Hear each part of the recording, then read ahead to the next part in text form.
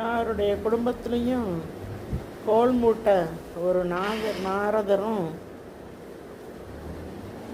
பிரித்து வைக்க ஒரு சகுனியும் ஒரு எட்டப்பரும் இருக்க தான் செய்கிறாங்க. வேலை செய்கிற இடத்துலையும் சரி, எல்லாருடைய குடும்பத்துலேயும் சரி.